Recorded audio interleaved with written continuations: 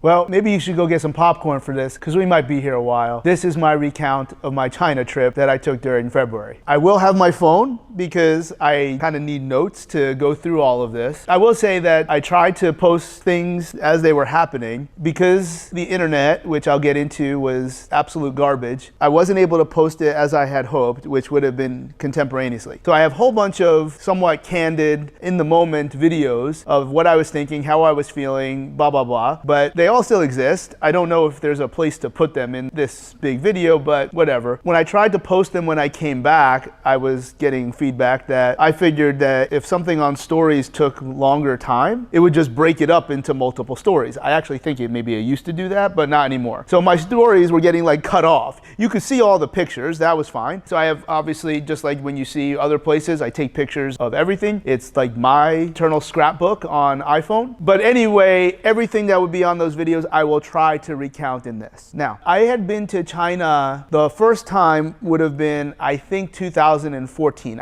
Yes, it was 2014. And it was largely a lot of the Perform Better crowd. I think I was part of a conference. Boyle was there, Mark Verstegen was there, Brandon Marcello was there, David Joyce from Australia, Bill Knowles was there. So this was the company that I kind of say my company. I have no ownership of this, but I feel like it's part of my family. And as if you are with me, then that's kind of how it always will be. They had like the Perform Better license, and they have the Perform Better equipment, and that might you already start to beg some questions, like why would a company in China, where a lot of equipment of all types of brands are made, why would they even be a need for a company in America that gets the equipment, some of it from China? Well, the reality is that the owner of the company in China would say that because of the culture of China and because of the goals of their company, that if they bring foreigners, which is what we all are considered there, to teach and educate, then the customers, the users, will be better at using the equipment, and they will remember that they learned all these great things from this company, and that's where they'll buy from. Great marketing strategy, not terribly different than what you see in a lot of companies that do things in similar spaces in America. But that's why a Chinese company would bank on a little bit of an affiliation of an American company, not necessarily the other way around like you might think. So I went in 2014, and then I think I went at least one time, sometimes two, every year after that, because I am convinced it was 2014 because I know my 10-year visa ends in October of this year. So that means my 10-year started in 2015. So I went many times, did not obviously go between 2020 and now. So this was the first trip. Now I still worked for them. We still had projects that we were doing virtual, etc. But this trip was the first time, okay, hey, we can try this again and see how it goes. And in February, the goal was always talking about return to play. Why is that important? Because that's just something that the Chinese Olympic Committee has identified as something that they would like to get better at. So to me, that's a little bit of a challenge because return to play is a big global concept. It's not just tell me what to do and we'll do it. And where you hear me say that a lot, that is always something that I don't do very well with, because I think maybe more blue sky and you have to tell me things and then I can tell you what to do or try. But in this case, they needed to do this because I don't know the actual name. I think it's the provincial games. So think of China as a bunch of provinces like Canada instead of states, but these are gigantic areas, and they all have their own internal Olympics, and then that's how the Chinese Olympic team is selected. So that was where a lot of my efforts were. Nothing for the general public. Everything I did there was for Chinese Olympic Committee at these training centers, which would be akin to like a majorly well-equipped Division I university in terms of the athletics. So across all of these different cities that this trip included, of which I will read them and I will do my best to do so in the best Mandarin accent, where I am able to speak a little bit of Mandarin. I understand more than I can speak if I know the topic. But across all of those was a combination of some prefab lectures. So I had about 4 or 5 different PowerPoints that were translated, and then whoever was, the escort is probably the best word, whoever's taking me around, there would be a conduit in the local market, and they would decide which ones was going to be best for that training center. Center. Then I had a canned group of case studies. And I was asked to use high-profile professional athletes. And I tell my people there, I'm like, they're not going to know who they are. Maybe some people might know, but if they say no, if they see,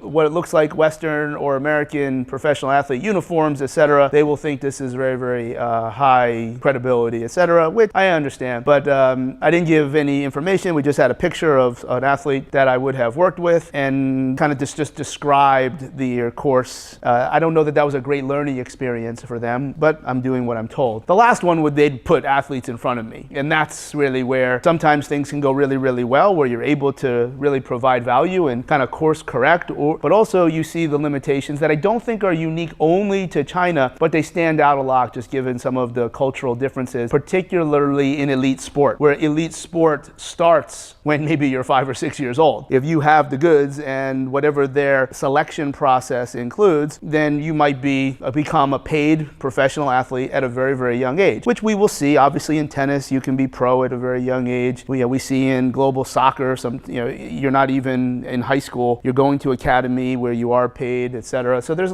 none of this stuff was immediately exclusive to China, but as when we get in my little list, when I look at my notes, there was some very, very hallmark, some really, really challenging things for me. And if you caught any of the stories, like some of the things that I was seeing, without breaking any confidentiality or speaking in condescent, this is more just how I felt. It was very, very hard for me to see because it didn't have to happen. I respect anyone's culture and I love having the opportunity to go to China because I would tell anybody, and people have heard me say this for a very, very long time, there are things there that are crazy, okay? Like this is a different place. Number one, we see it in many, many spaces. Like we think that however we live or our rules and our culture, it should always be. No, it's another country. They do what they want and they have nothing to do with us in those types of spaces. It doesn't mean that when you're there and you're immersed, I can't feel like, man, this is really hard for me. This is crazy. Like for me, it's not crazy for them. They're not doing anything to specifically hurt someone.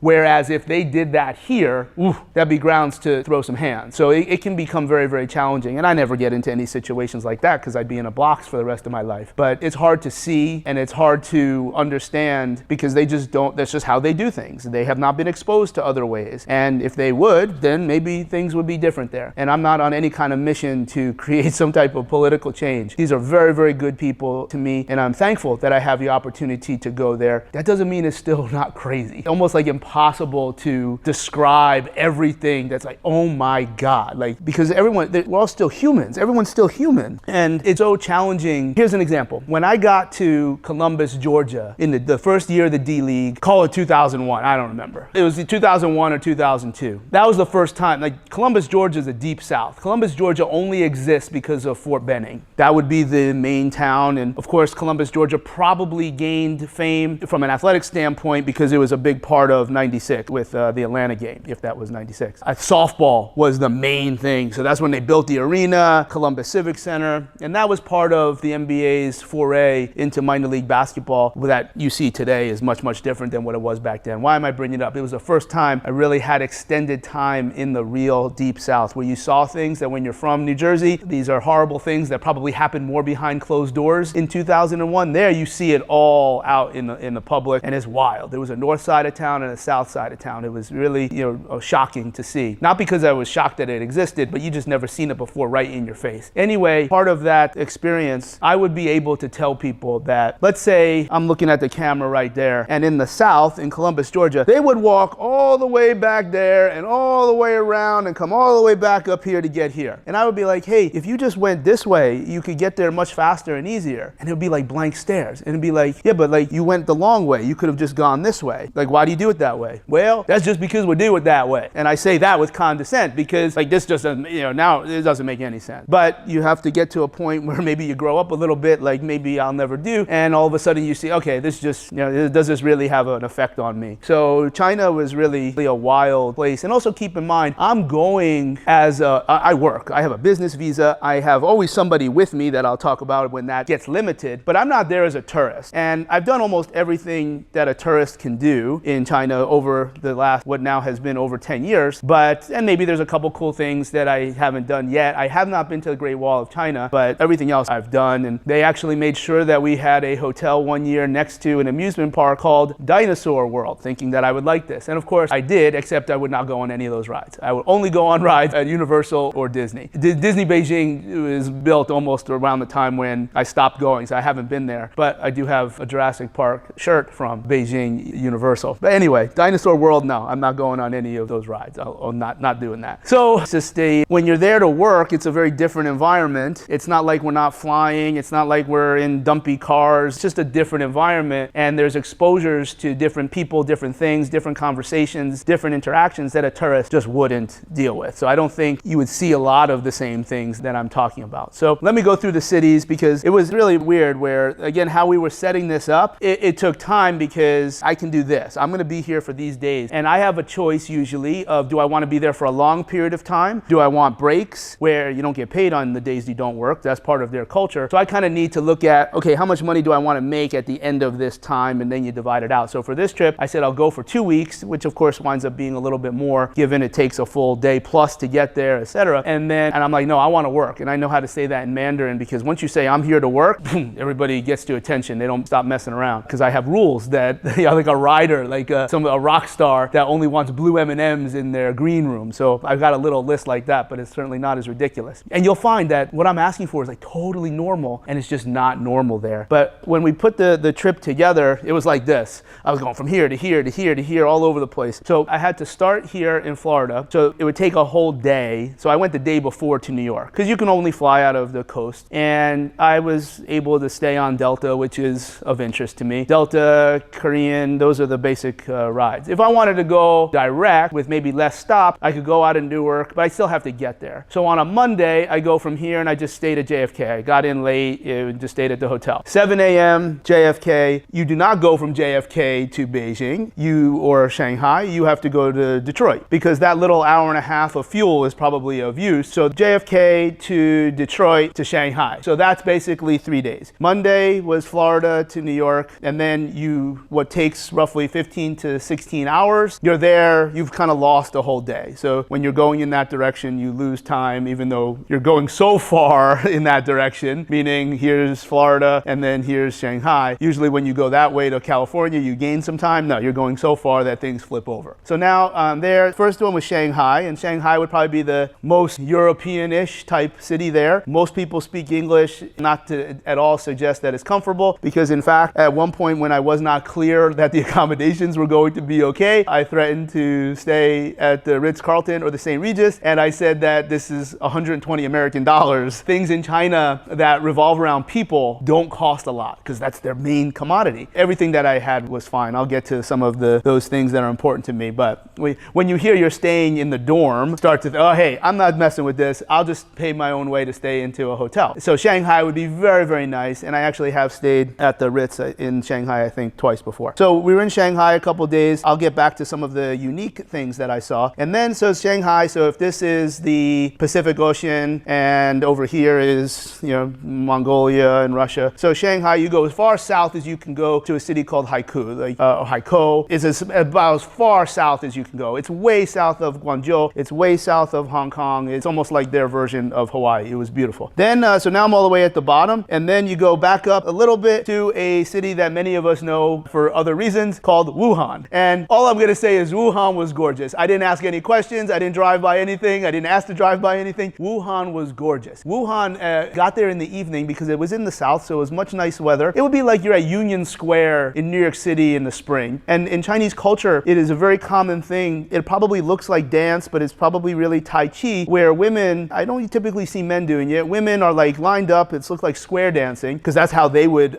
translate it to a foreigner. Just out in the street, in the big square, gorgeous. Wuhan was amazing. Certainly nothing that we have been conditioned to believe of such a location. What's next? Then Wuhan. Okay, I got to make sure I say it right. Xinhuangdao is another city that was next. Then this one has a much different tone to it, because it's Inner Mongolia. Inner Mongolia is part of China. Mongolia is another country. Very, very similar type. I would fit in there. The Eastern European build that I have, especially when I was 20 to 30 pounds heavier, would look very much like these Mongolian type. This is where they have the centralization of wrestling and judo, taekwondo. These are monsters there. This is a lot of where basketball players will come from. They will say that Yao is from Shanghai, fine, but his parents were from Mongolia. This is was one of the few people in China, like, they're from the north, right? How do you know this? I'm like, because he looks like he's from the north. So the name of this place was Ho Ho Hut, and very interesting place. I'm always in 4- and 5-star hotels. I do not hold out for American hotels. I say this is fine. I need normal hotel, and that is the standard of this company. But even in there, the wildness was they broke into the room at like 9:30 at night. If somebody is not answering the door at 9:30, there's a pretty good chance someone's sleeping.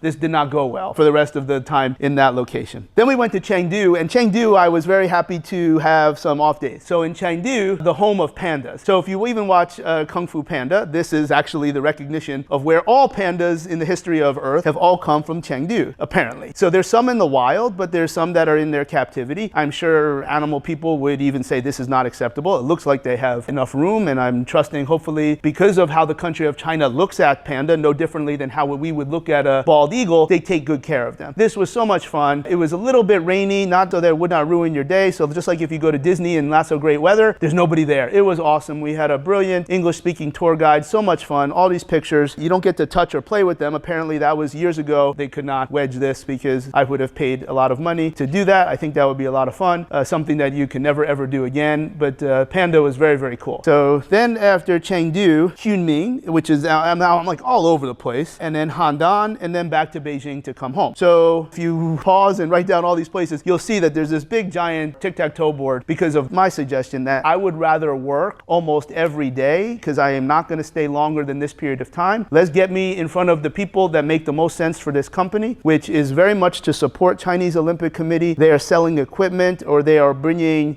foreigners like me or from Australia or from the UK. I'll talk a little bit about one of the great individuals that I met for Shanghai and Haikou. But that's kind of that was the trip, and it wound up being around 16 days. I need to have my notes here because the craziness is now maybe more of what I can describe for you. So, all right, so now you have the shell of how we got to China, how we think of here's one other thing there, because now I'll probably start to say his name a couple times. One of the owners, we call him Happy Tom. I have never seen him without a smile on his face, and if he's taller than me, it's about 2 or 3 inches. He's lost a lot of weight, so you can see what I'm trying to describe why we call him Happy Tom. In China, they always just pick a Western name. His name is Yao. Everyone in China has an American name that they just pick. Years ago, I did a seminar, and it was actually kind of a play off SFMA. It was not an SFMA course. It was part of T=R, and everyone in the room had already gone through the formal course of SFMA. So I would ask everybody to come up to and I would say, what's your name? And of course, they will say some type of American name. And then every time I would say,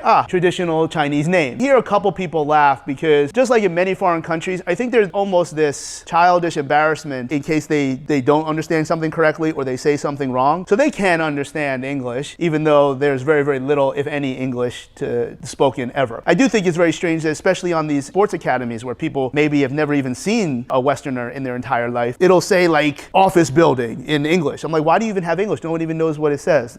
We just do. Okay, that's all of these different tangents. Let's see what we would start with. Some of the things that are important to me when I go. And I hadn't gone for a while, so I said, Tom, we're gonna do everything the same way. Normal hotel, okay? I don't need Ritz-Carlton, I don't need this. And they stay in 4- and 5-star hotels anyway, but they're Chinese brands. As I mentioned, these things are typically not expensive in our mind, but remember, things are always what the cost of living is different places. I don't care if it's a big time hotel because I can just go on Google Translate, type fast enough that you can communicate, and I can say things that are survival based, and my accent is good enough where I feel like I'm being respectful. One of the things that was very, very important in a hotel is that it's non-smoking. Their idea of non-smoking is usually that no one is smoking in the room at that time. Most of the time, except one, every room was fine. It was clearly not smoking, where to the point that I could discern. But in the halls, it's not like you see people like smoking, but it's obvious. And I'm like, you really think this is non-smoking like in there? Because it's everywhere. Now, when I've been to Europe, it was mostly with Canada Basketball. So we're very, very hardened. I'm sure smoking in the Middle East and in Europe is just the same, but in China it's inside, and it's rough. I don't deal well with this because then I'm not going to be acceptable the next day. My throat will be, all knotted up, and then they're going to think I hate China. They're going to think I'm the nasty American when in fact I'm sick. So that's where it's very, very important. And there was a couple times that I actually walked out of the restaurant with one of the customers, and I say to the escorts or whoever I'm with, hey, please, just go to a different place. If I don't, it is less important for me to eat than be in a place where there's smoking inside. I cannot be a part of this. And I'm leaving. There's it'll say non-smoking on the wall, and the girls are are calling ahead and making sure that they have every bit of evidence that it's not smoking, and then they still do it. I don't know that that would happen here. You would have some type of recourse, whether you're Chinese or not. It's just not how it works there. People just do whatever when they have the opportunity, maybe because they don't always have the opportunity to do that. So smoking is a hassle. When it comes to getting sick, I bring as much food as I can. It is allowed, because I always check what is allowed to bring into the country. As long as it's packaged, it's no problem. So I've got bars, I've got Gorilla bars, which are just under 300 calories, and there's a ton of them. If I don't eat, then it's not, I tell them, please, it doesn't matter. I'm only gonna eat Japanese. I'll take my chances with sushi, because at least I know what it is. Noodles, or a ramen, or a pasta without the soup. Western food, I have to look at it, because we don't even know what real Chinese food is. Most Chinese food that we have in our country is from the South, because New York City, for instance, Chinatown is very much like Hong Kong, Guangzhou, the South. We've never even seen some of these things. And it's not like it looks like monkey brains from Indiana Jones. I'll eat whatever. I don't even care if it was monkey brains. None of this stuff looks bad. None of this stuff is not tasty. But if I eat it for more than 1 or 2 days, I just cannot digest this. It's just new. No differently than if somebody came here and had even good, well-cooked steak for a couple days and they're not used to it. Everyone has a different constitution. So this is usually not a problem, because I have my own food and these are things that I want to do. Here's one that maybe people may not have any awareness of. Water has access, but you cannot get cold or bottled water without special circumstances. It's hot water. They make tea. So if you go to a restaurant, they bring water, no problem. It's hot. So I have to say, what's it? I can't remember it, because usually the girls will say it before I even do, like, shui is cold, ice in the water. So they bring ice and you put it in, it's fine. But whenever I go someplace, there's at least a case of bottled water. That one we nailed. So I need more water than God. I need non-smoking, and I'm only going to eat these things normal hotel. When it comes to travel, it's never a problem. This is not an issue. On my list, for instance, I even have the app. They don't have Uber, but they have Didi Car, and you can call Uber Black, is the same. And of course, there's price changes. I didn't have to do any of that, but I have my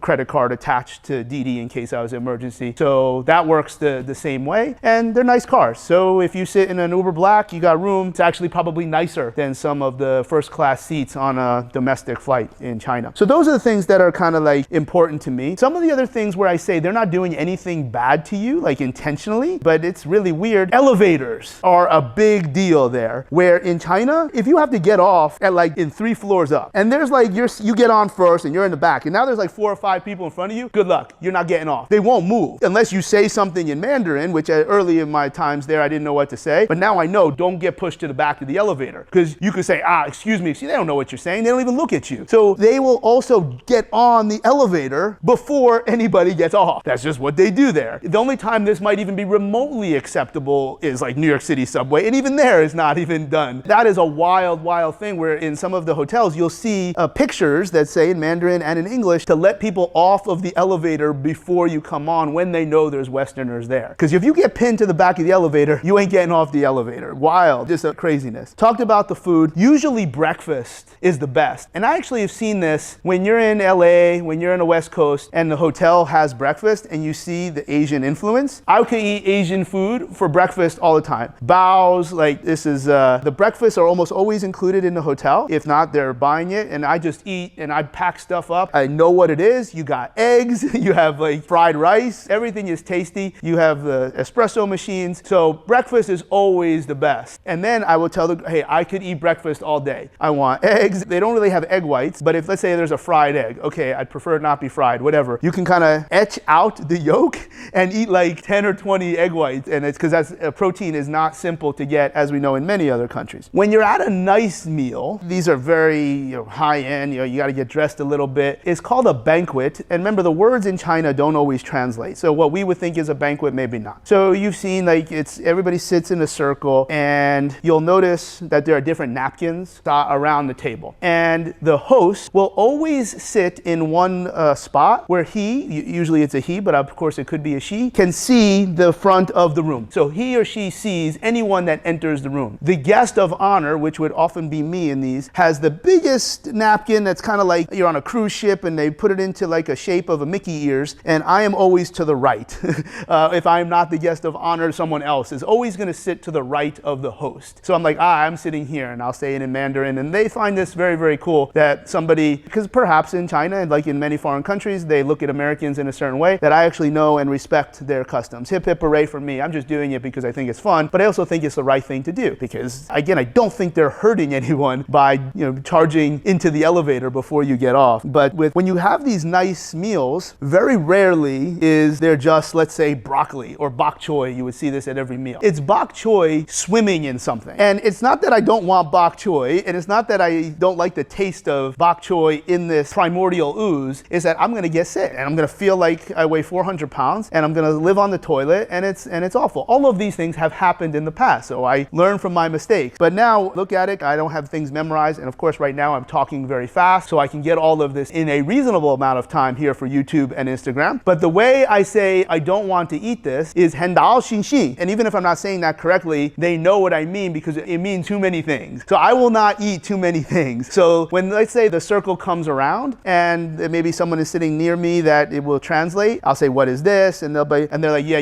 they'll say, you won't like this. I said, why? Because they'll know, like, it's too many things. So I just want one thing, is like to get dumpling. They will bring me 2 plates of dumplings. God knows how many calories these things are. But now I know it's just one thing. It's a dumpling with some junk in it. Like, it's not dumpling junk and all sorts of sauce and whatever. Sauces and oils, especially in the north, where the food is not anywhere close to what we might know of as Chinese food, like I said, Cantonese or fusion, is totally different. Maybe the only things that we would know would be like Peking duck, which again is still not exactly the same as what we would get at Morimoto at Disney Springs. So too many things is my problem there, and that's where I started to, okay, I have to have sushi, which you can get there. It's not simple, but you can get it. Noodles, ramen. Even one time was unique on this trip where I will not eat is because it's in the cafeteria of the training centers. These are food that looks delicious, okay? It would look like you're at the Chinese food buffet that me and Anthony Connors used to eat at in Freehold all the time. And you just stip and eat and you walk out of there like it's a contest. So it's not like the food doesn't look appetizing. I just know I will get sick. So in one of the cities that I mentioned before, you line up just like everybody else. You're with the athletes. I don't cut in front of everybody, but they always get out of the way and I'm like, not necessary. So you make a bowl and then they make the ramen for you. And I'm like, I just want the pasta. Tell him I only want the noodles. I don't want any of the soup. I don't want any of the other stuff. And the guy gets mad. So then I get mad because this is not easy being in China in terms of all of the, what I feel is pressure to deliver to these people and you want to do a great job all the time. I'm like, I just want pasta. So this person, the chef behind the counter, is probably so like enthralled that he has opportunity to serve a foreigner, but I don't want what he's going to give. I said, I'm not dealing with this. So I just get out of line and I just eat a bar. And that's my way of showing them everything is okay. I'm not upset. Let me just eat this. Everything is fine. And then they bring me the pasta and I eat it. But it was very frustrating that that gentleman was not able to fulfill the order. But look, that's like going to a restaurant like the sports bar that Sam Gibbs and I were years ago in Park City, where the chef had to come out to find out who were these 2 son of a bitches that did not want the cheeseburger on the bun, but wanted the cheeseburger without the cheese and a lettuce wrap. I'm sure it did not help that in Utah, the chef saw that one of these individuals was a giant 6'5" black dude, but sometimes high-end chefs don't want you, they only want to make it the way they want to make it. They're not going to allow you to go off the menu at all. So that's another thing, very, very weird in terms of just the culture. Talked about Hong Kong, hotels, travel, planes are easy. I like to get there very, very early just in case something goes wrong. But now here's something else with the travel, particularly with the train. And you hear about this, and I mentioned it before, like where the only time XYZ would be acceptable would be like New York City subway. That is everywhere. In China, there is no cultural concept that I'm aware of that you wait online for something, unless you're like compelled to do it. And there's always like increased amounts of authority that make people stand in lines. I think when Olympics came to Beijing, what was that, 2008? That was the first time queues and lines to wait for something or to enter something was really mass enforced. So really what happens is if me and you are trying to get to the door, it's on. We both are going to the door and you don't exist. And whoever fits and if there's elbows and shoulders being thrown, that's how it goes. And that's just how it is. So you can be waiting online to go, let's say for the train. And then people start coming in from the side and they come in from the side and whatever. Well, everybody has their own seat on the train. Here's where it becomes a problem. Because if let's say the girls are over here and I'm about to go, and if I go and don't block out the people that are cutting in front, the next thing you know, the girls are like 10 deep. And God forbid I'm in trouble or I need something where someone's yelling at me in Mandarin where I don't know what and of course this happens if I'm in the wrong place or I look around and I can't find anybody. They're 10 deep because they're not gonna throw elbows and they just wait in line and whatever. So I have to actually set a pick so that nobody enters and then the girls go. I also think this is the right thing. Women women should walk in front. Nobody should be, hitting, or being physical with anybody, much less a dainty female. I find this offensive, but again, that's their culture. They're not hitting somebody in an appropriate way. I just don't like it. So I'm like, no, you guys go, and now I get to stick with them on their six, so that if I do need something, they're right there. I can say something in English, it gets done very, very quickly, because my Mandarin isn't all like that. I can say, hi, how are you? I'm very glad to be here. Thank you for having me, all these types of things. But that is another thing that's super, super weird that for me. So the thing that I want to finish with, and then I'll get into some of the clinical things that I saw. Slow down my tone because it's a little bit more emotional. Like, I've gone through this. I genuinely believe everything I'm saying. Would I go back? Yes. Obviously, I am getting paid. I'm getting paid well. I do enjoy the opportunity to literally have an attempt to change the world. That's a very, very real thing that's possible. To make Chinese people laugh is a very, very cool thing. I love making people laugh at all times. I just was on a text and I reminded Mike Davis that a lot of people sometimes think I'm funny. And he goes, oh, really? A smiley face. But to get Chinese, especially authorities, laugh, I had my X $1,000 suit that Kristen Serafino made me buy. And I said, I always come, and this is a room of serious dignitaries in the Chinese Olympic Committee, provincial Shanghai. And I say, hey, so I come from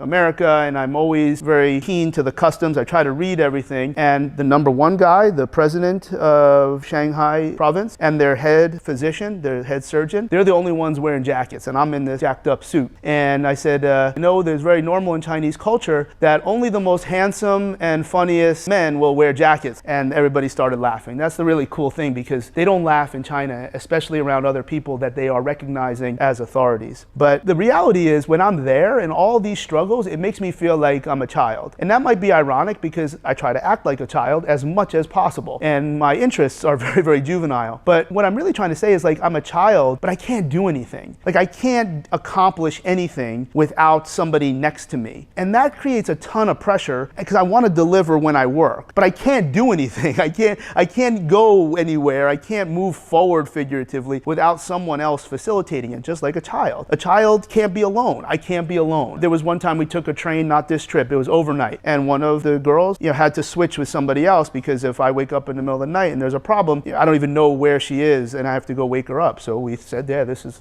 and I hate having to do that. I hate having to lean on these people to create more of an environment that maybe someone else doesn't require. I don't know. Am I being high maintenance? You could say yes. It not going to hurt me. But this is also the standards that I would like to be able to keep, so that when I show up and it's 9 a.m. and I have to do my thing, whether it's a lecture, whether it's those case studies or working with an athlete, I want to be able to do my best. It can be very, very frustrating, all of those cultural things, how they kind of summate and funnel into this feeling of being a child where you can't really do anything. Those are the things that are unique of why I'll say China is crazy. Now, I'm not going to get too much into clinical stuff because, whether it's healthcare, I'm pretty sure they don't have HIPAA. I can tell you whatever I want, and I'm pretty sure no one's ever going to know. The goal, as I said earlier, was I'm there for return to play. And return to play for ACL was much different than return to play in general, where I'm trying to build out broad blue sky type plans for you to plug and play. If you just say return to play for ACL, well, then we can be a little bit more granular and fill in those boxes with very specific things. In China, it's almost like from a sports performance, physical therapy doesn't even exist. It's not a thing there. Anyone can call themselves a physical therapist, just like anyone here can call themselves a nutritionist or a personal trainer. Sports coaches, it's kind of like what you think. There's some great coaches. Randy Huntington was there forever. They'll bring foreigners. Many of the elite Chinese track athletes will come to LSU and South Carolina, et cetera, et cetera. But they're like kindergartners where they're not stupid, but they just don't know a lot. So when I start to present, if they don't even have any idea of what we're talking about, I run into these situations where it's like, listen, I know exactly what to do. If I was here for a week, we could plug it all in, but I can't just tell you what to do because you're not going to know what I mean. I'll be happy to tell you, and then you won't know what I mean. And then everybody knows, like Happy Tom or whoever, they're like, yeah, they're not going to do it anyway because they're not accountable to anything that I'm saying. This is more of just a celebrity event that they get to see and maybe pick up some new things.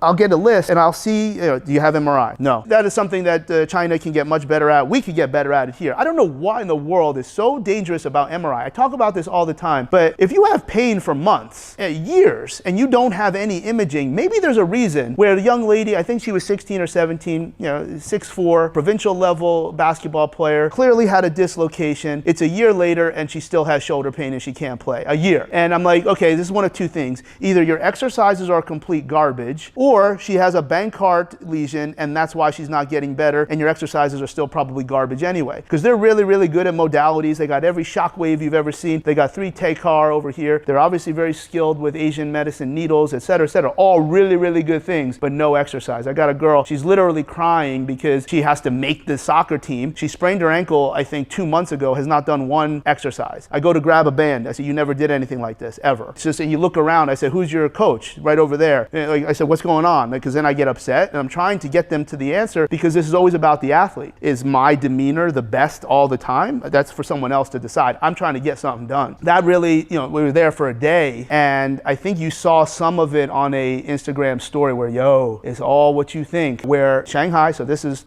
top levels, obviously, Shanghai, Beijing, and Guangzhou. Guangzhou is just as big of a city, even though we don't think of it. They get mad about that. Guangzhou is just an international city as Shanghai and Beijing. And gymnastics, and everything that you would think, little girls crying and pushing kids down to stretch. And I went over, and you saw maybe a post where I fist bumped all the little boys. They were right there, and you could see that they're all smiling, and they say, yeah, you're the first foreigner they've ever seen. And it was like amazing, because first of all, they were also shirtless. I'm like, gymnastics is not competed shirtless. Why are you practicing shirtless? Obviously, those types of cultural things in gymnastics you would see anywhere, so it has nothing to do with China. But one of the studs, she's got shoulder pain for a year, and I'm like, I couldn't do anything. I couldn't do any passive motion, and I have no idea how much of a psychosocial component her pain. Like, you can't be jacking somebody's shoulder around, something they don't even understand what's going on. She couldn't have been more than 12 years old. It started like MRI, and they're saying, no, we can't do MRI, because then if she thinks it's bad, then she'll have bad mental state. I said, don't tell her. Like, she has pain for a year.